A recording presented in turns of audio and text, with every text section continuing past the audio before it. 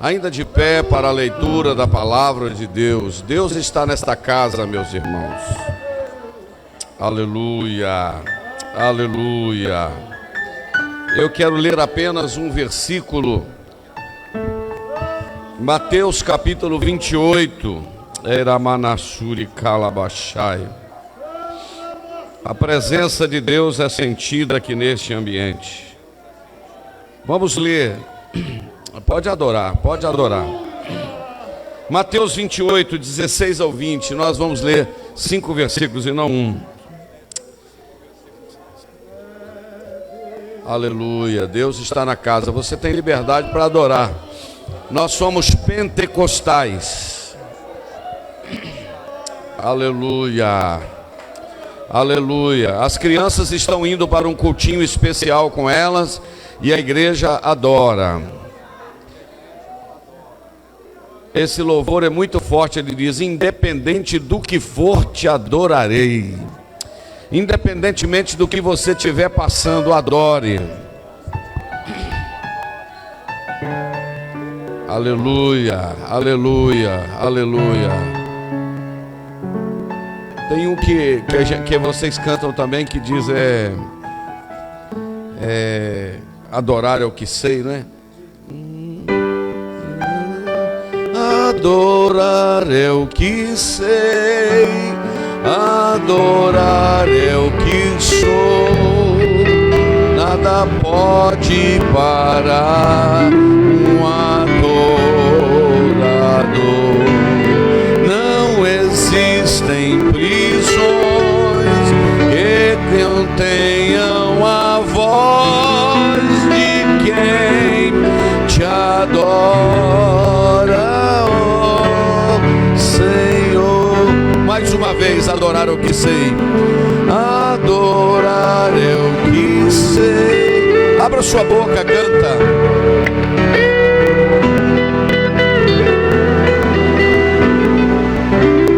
Um adorador. Não existem prisões.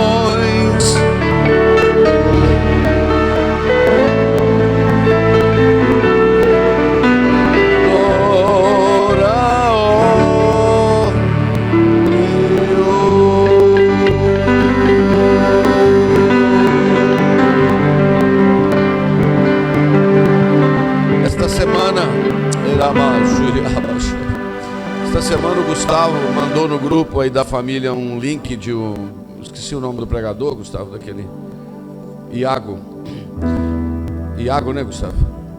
E ele falava sobre essa questão do adorador, da igreja adorar. Ele disse que em muitos lugares os crentes são apenas espectadores. Eles veem os outros cantarem, mas eles não abrem a boca e não cantam. Nós precisamos, irmãos. Breve nós estaremos todos sem máscara, eu creio nisso. E aí a voz vai desembuchar um pouquinho mais, porque a máscara, né? Eu quero fazer, nós aqui não temos o culto da fogueira santa não, mas da máscara nós vamos fazer o culto da fogueira santa, né? Para queimar máscara, né? Em nome de Jesus, para a gente poder adorar com liberdade. Glória a Jesus. Estou muito feliz, irmão, de ver vocês aqui, mesmo com chuva, né? Fabrício, Eliezer, muito obrigado por vocês terem vindo. É muito bom ter vocês aqui, tá bom? Adorando o Senhor. E vocês também estão aproveitando essa oportunidade para adorar, fala a verdade, né? Mateus capítulo 28, versículo de número 16 diz: e os 12 discípulos partiram para a Galileia, Perdão, eu falei 12? É porque o Judas já estava... Eu podia fazer uma brincadeirinha, né? Eu falei só para testar vocês, mas não, eu errei mesmo. E os 11 discípulos partiram para a Galileia, para o monte que Jesus lhes tinha designado. E quando ouviram, isto é, quando viram a Jesus, fizeram o quê? O adoraram. Mas alguns duvidaram. E chegando-se Jesus, falou-lhes dizendo: é-me dado todo o poder no céu e na terra.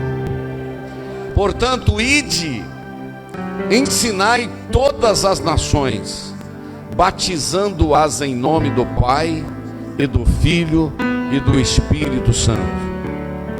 Preste atenção nesse último versículo. ensinando-as a guardar todas as coisas que eu vos tenho dito, ou eu vos tenho mandado. Agora eu quero que você repita a última frase do texto: e eis que eu estou convosco todos os dias, até a consumação dos séculos. Amém. Eis que eu estou convosco todos os dias, até a consumação dos séculos. Amém. Pode sentar. Meus irmãos, eu tenho ali 20, 22, 25 minutos no máximo, porque são 8 horas e 35 minutos. O nosso culto geralmente termina às 9 horas, às 21 horas. Mas olhe para cá, vamos aproveitar esses minutos que temos.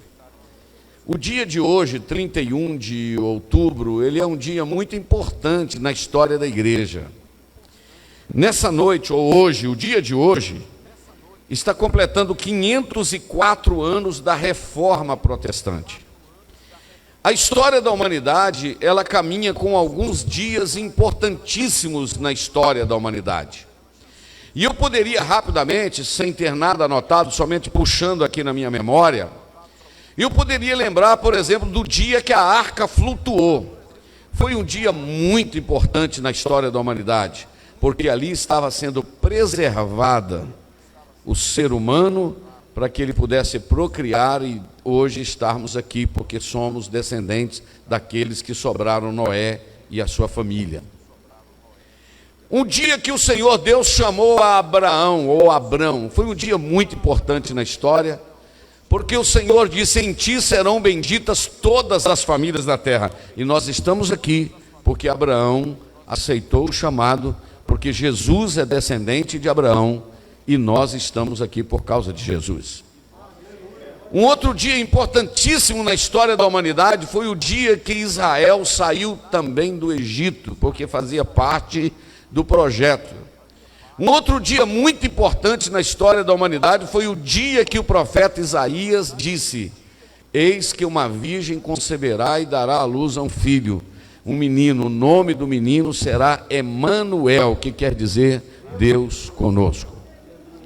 E assim alguns outros dias na história antiga, na história do Antigo Testamento, foram dias marcantes. Mas eu gostaria também de chamar a sua atenção para o dia que Gabriel encontrou com Maria e anunciou o nascimento do Messias. Porque aquele anúncio, não obstante ela dizer: não é possível isso, porque eu não conheço varão, eu nunca tive uma relação sexual, eu nunca tive contato sexual com um homem. E aquele anjo disse para ela: não vai precisar disso, porque vai descer sobre você a virtude do Espírito Santo, e o que há de nascer de ti será chamado Filho do Altíssimo. Aquele momento ali era a voz de Deus lá no jardim do Éden, dizendo: da semente da mulher vai nascer um que vai esmagar a cabeça da serpente. Então o anúncio do nascimento de Jesus foi um dia marcante na história. Mas um outro dia marcante na história, que eu poderia falar muitos, mas o meu tempo é muito pouco, é o dia que Jesus subiu, como sempre gostava de dizer, ou gosta de dizer o pastor Juca, subiu no patíbulo da cruz, que é uma palavra pouco conhecida, né?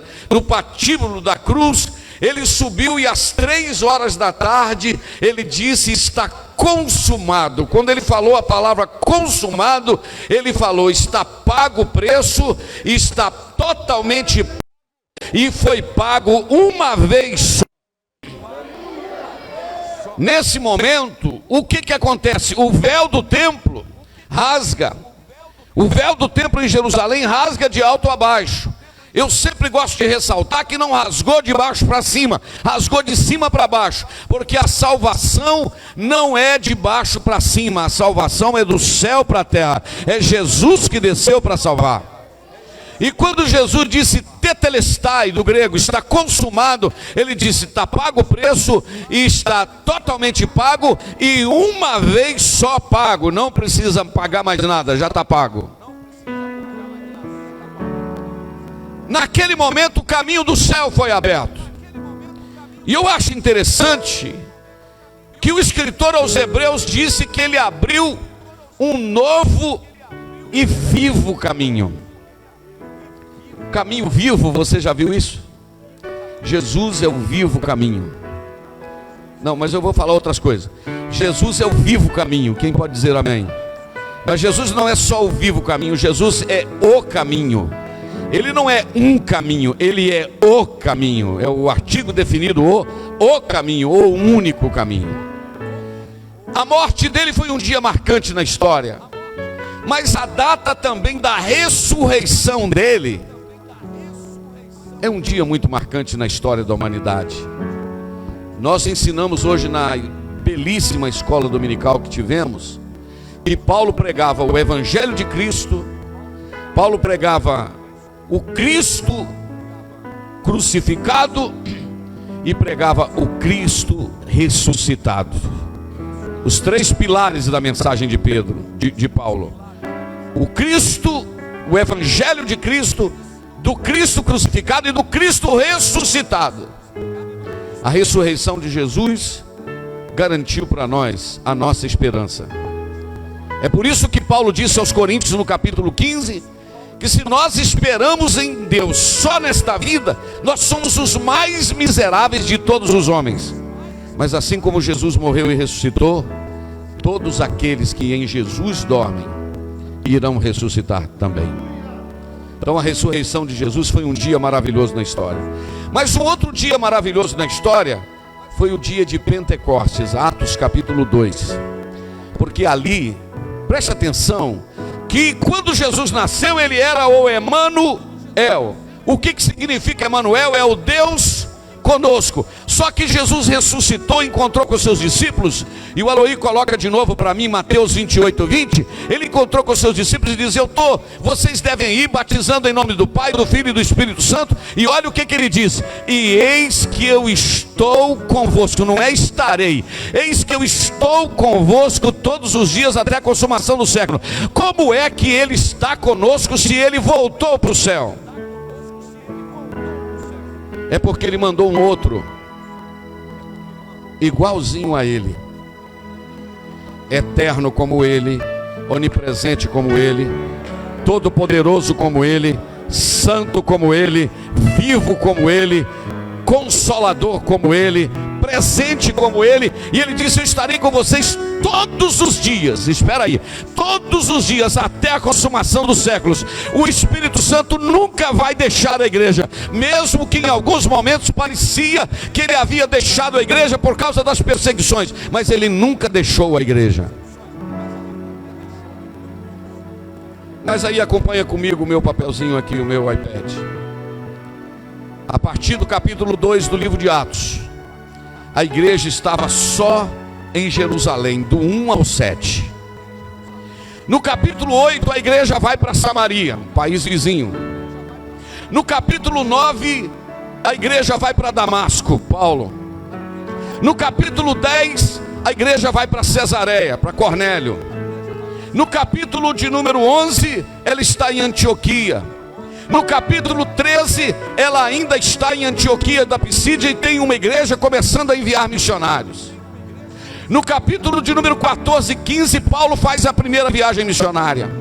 No capítulo de número 16 e 18, ele faz a segunda viagem missionária. No capítulo 19 em diante, ele faz a terceira viagem missionária. E diz a Bíblia que no primeiro século, o mundo de então já tinha ouvido falar do Evangelho. Só que a partir do ano 60 começa uma perseguição contra a igreja.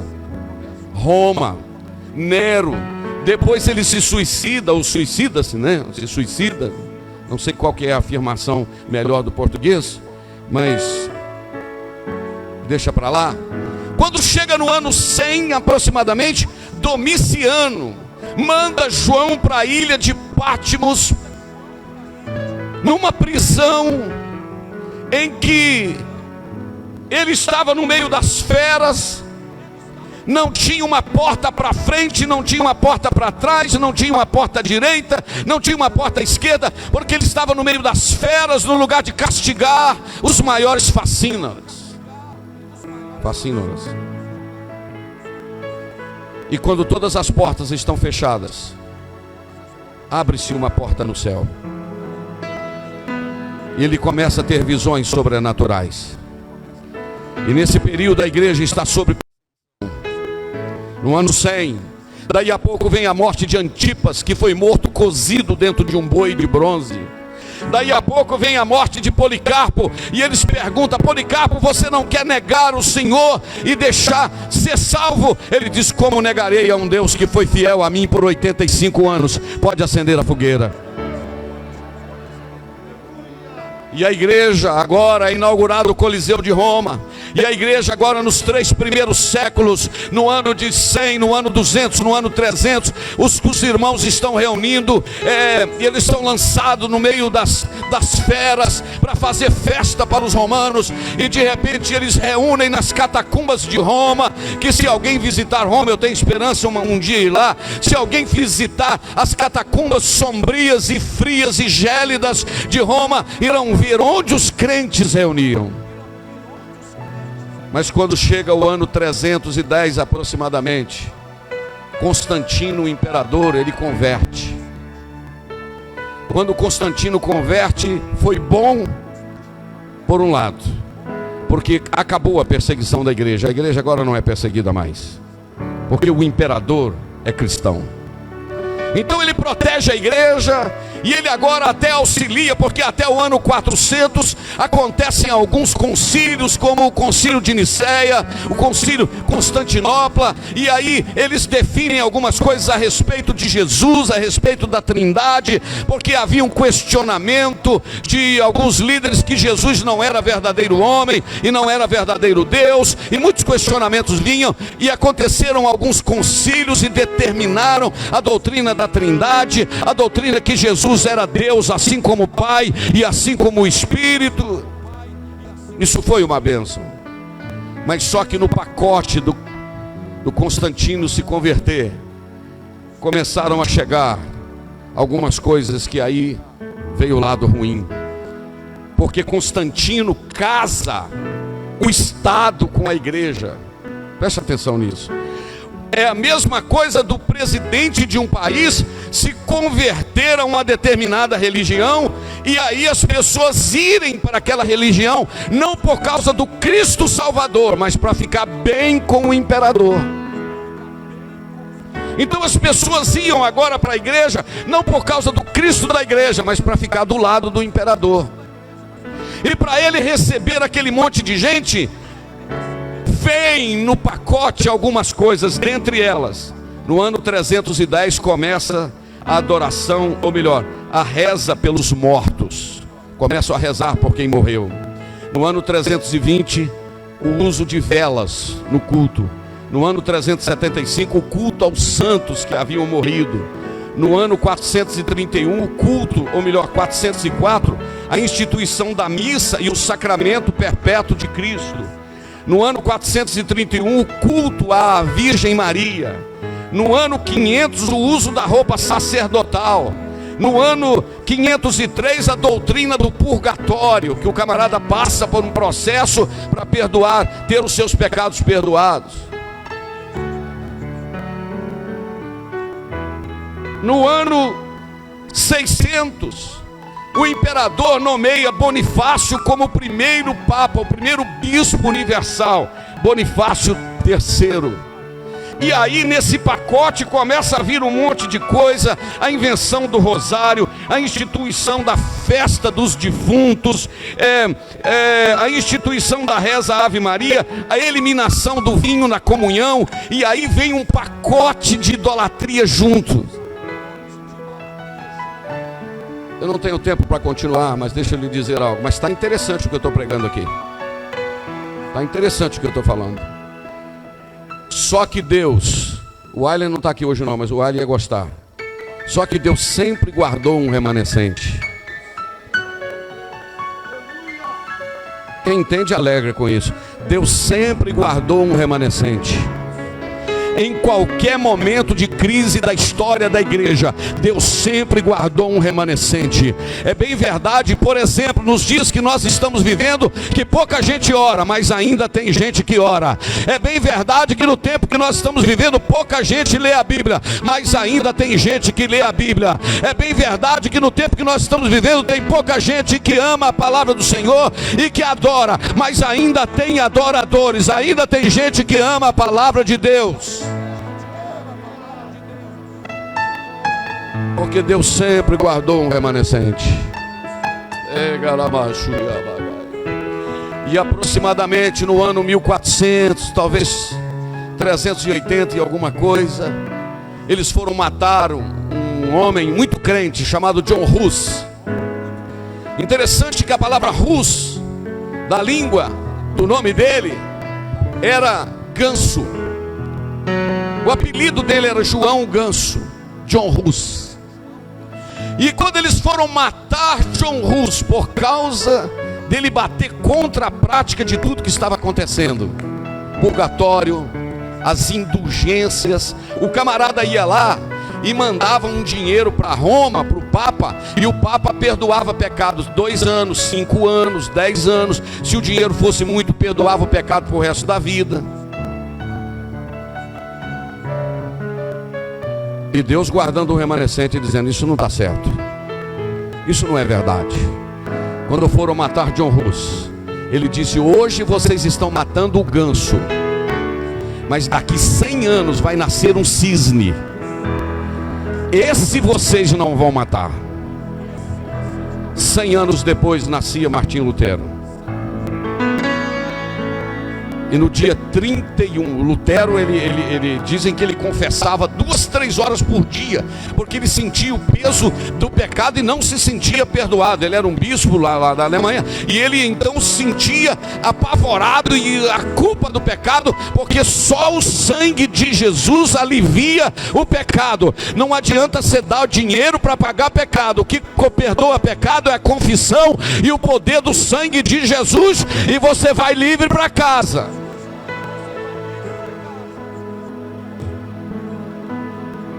O Lutero olhou tudo aquilo e falou: não, isso aqui não, isso não é assim.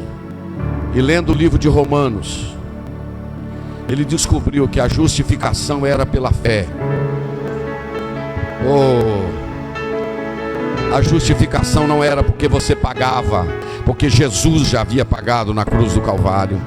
A justificação não era porque ele fazia alguma coisa, era porque Jesus havia feito. Quem estava na escola dominical hoje deve lembrar do que eu falei, que você não é salvo porque você faz nada, você é salvo porque Jesus fez tudo. Agora, se você anda diferente, se você vive diferente, não é para ser salvo, é porque você é salvo. E como salvo, e isso te faz ser diferente, porque se alguém está em Cristo, nova criatura é. As coisas velhas já passaram e eis que tudo se fez novo.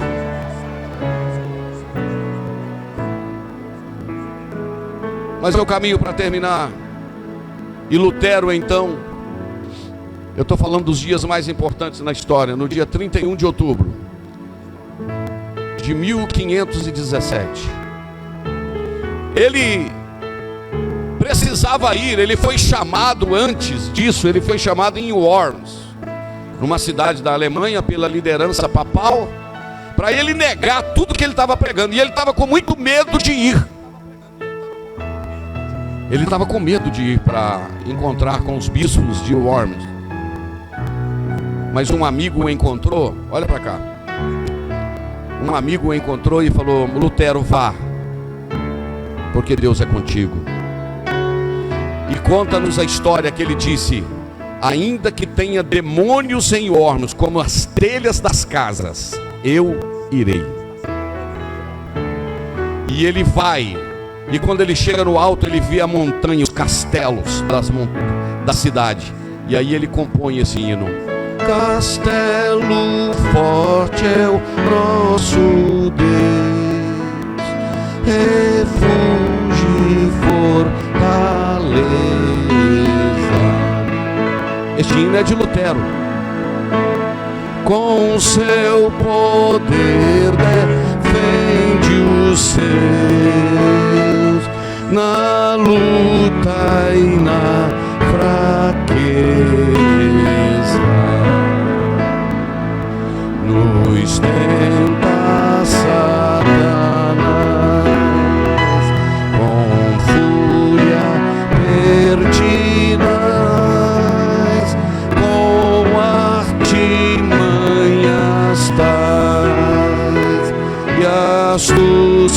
coisas tão cruéis que iguais não há na terra.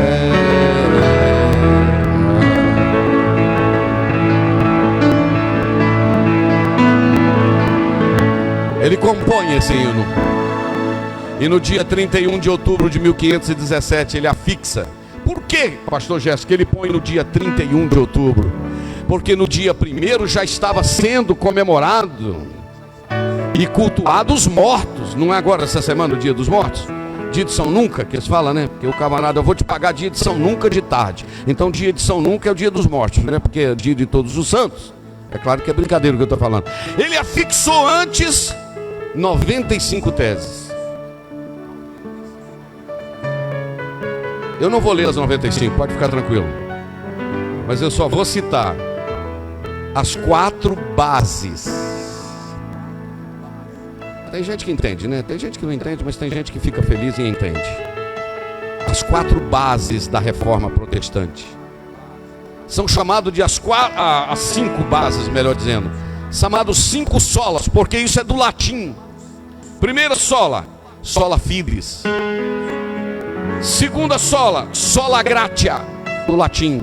Terceira, solus Christus. Quarto, sola scriptura. Quinto, sola Deo gloria.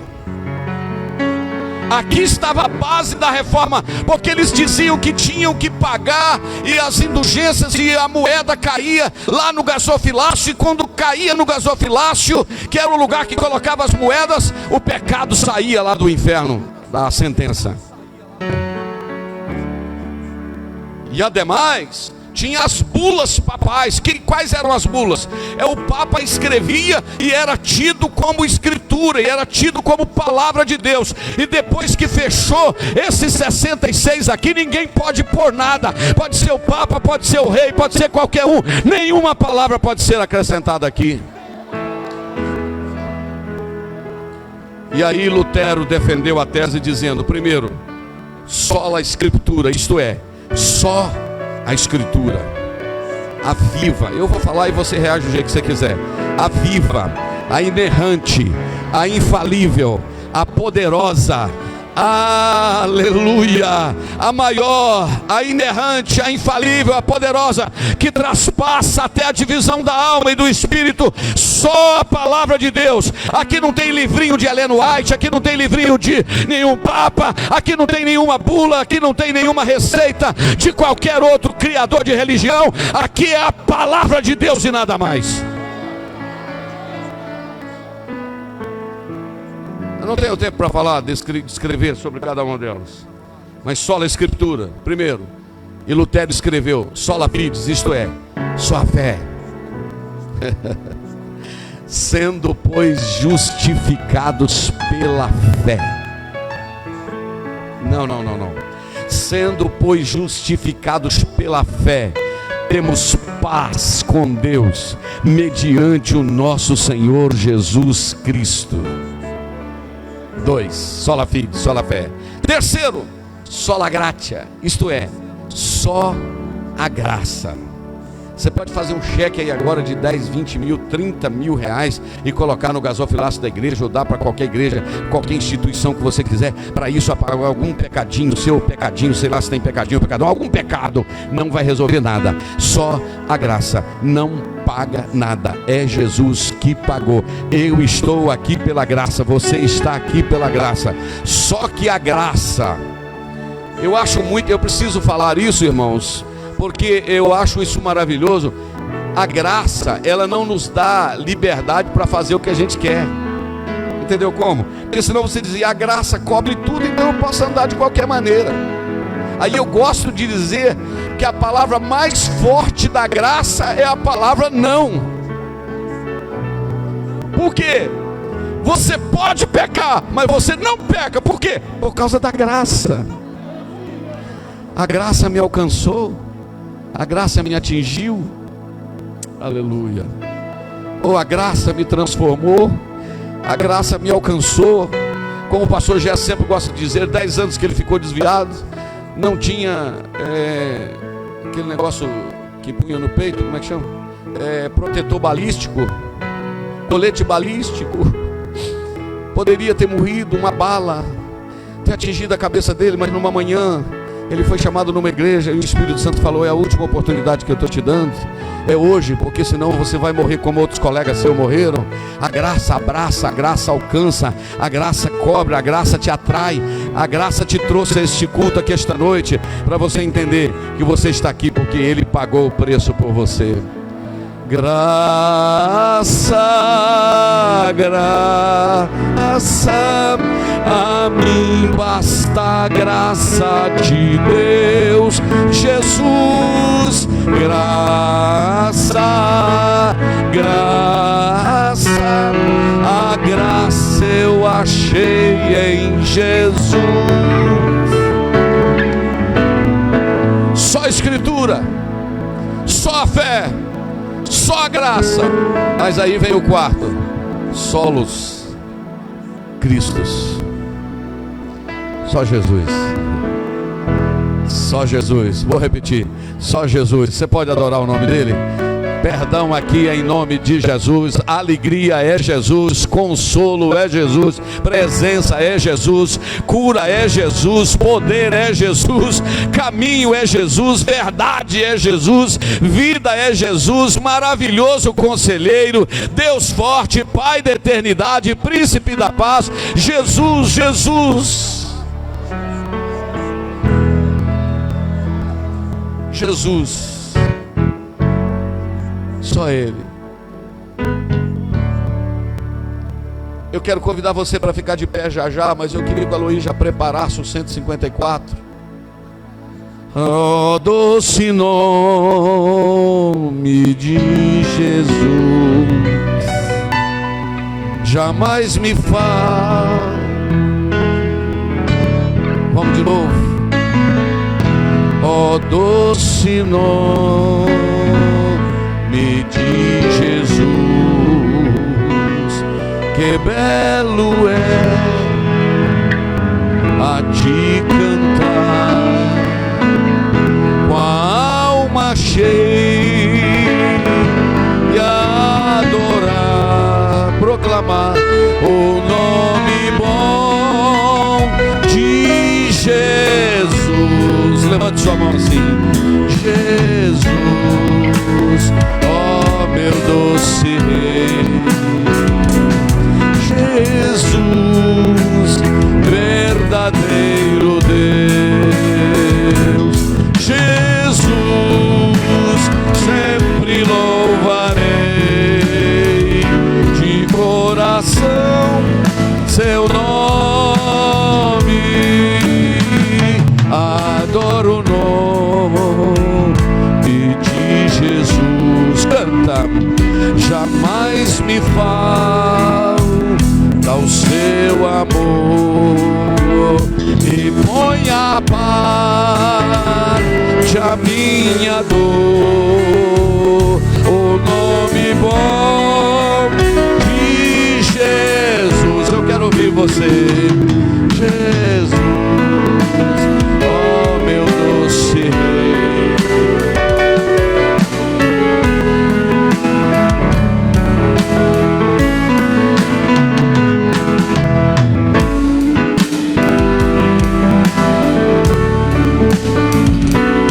Coração, seu nome.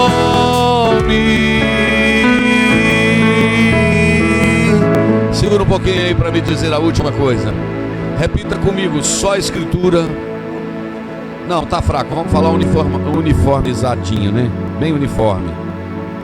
1, 2, 3. Só a Escritura, só a fé, só a graça, só Jesus. E qual a última? Só a Deus glória. Aqui não é glória para Maria, e não precisa de conjugar não. Já viu na placa de algum caminhão, tudo por Jesus, nada sem Maria? Aqui é tudo por Jesus e só Jesus, e glória só ao Pai, ao Filho, ao Espírito Santo. Só a Deus glória. Não há outro nome que nós possamos adorar. 9h03. Vamos cantar só mais um pedacinho, mais 3 minutos a gente termina. Vamos cantar isso aí. Aleluia. Pode trazer para a criança. Aleluia. E vai ser apresentado. Poderoso é o Senhor nosso Deus.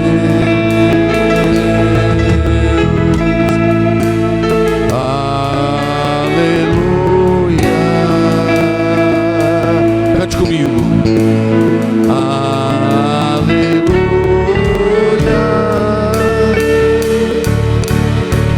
Santo, Santo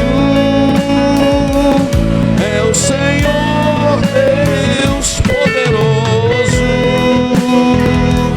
digno de louvor, digno de louvor.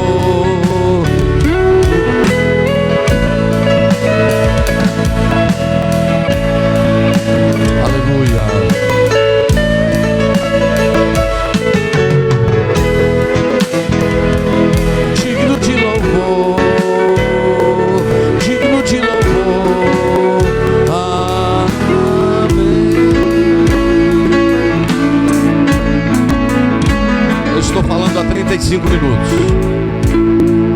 Contei para você uma longa história em pouco tempo. Quem sabe nesta noite tem alguém que gostaria de entregar a sua vida a este único Cristo. Você está afastado dos caminhos do Senhor, parou na beira do caminho, alguma coisa aconteceu com você que você desistiu da jornada. Você quer retornar hoje para a casa do Papai Celestial? Fique com ela aqui, Luana, fique com ela. Isso, ó Marlúcia, fique com ela. Tem mais alguém que quer retornar para Jesus esta noite? É uma vida que quer reconciliar-se com Deus. Eu disse que é só a Escritura, eu disse que é só a fé, eu disse que é só a graça, eu disse que é só Jesus, e eu disse que é só a Deus glória. Vamos orar por ela, Marlúcia. Isso. Tem mais alguém que gostaria de entregar a sua vida para Jesus? Alguém que gostaria de reconciliar-se com Deus? Você está afastado dos caminhos do Senhor há tempo. Você parou na beira da estrada. Mas se você diz, não, hoje eu quero voltar para a casa do Papai. Aleluia. Hoje eu quero receber o perdão dos meus pecados. Hoje eu quero meu nome escrito no livro da vida.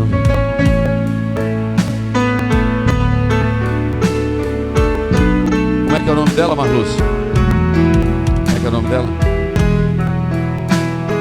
Vamos orar por Maria de Fátima e para Alex. Senhor nosso Deus, nós apresentamos ali, Senhor, ao lado da irmã Marlúcia, a vida da Arlete, a vida da irmã Maria de Fátima. Toma elas nas tuas mãos. O Senhor sabe o que elas precisam, Pai. No nome de Jesus, esteja fortalecendo a fé, a confiança, porque aqui é só ao Senhor glória, e não há outro caminho a não ser o Senhor Jesus. Por isso eu as abençoo, Pai, no nome de Jesus. Senhor, que o Senhor possa estar tomando nas mãos também, Senhor, a vida do Tonzinho, a vida da Lúcia, Senhor, toma eles, eu jogando nas tuas mãos, no nome de Jesus, amém. Deus abençoe vocês, pode assentar.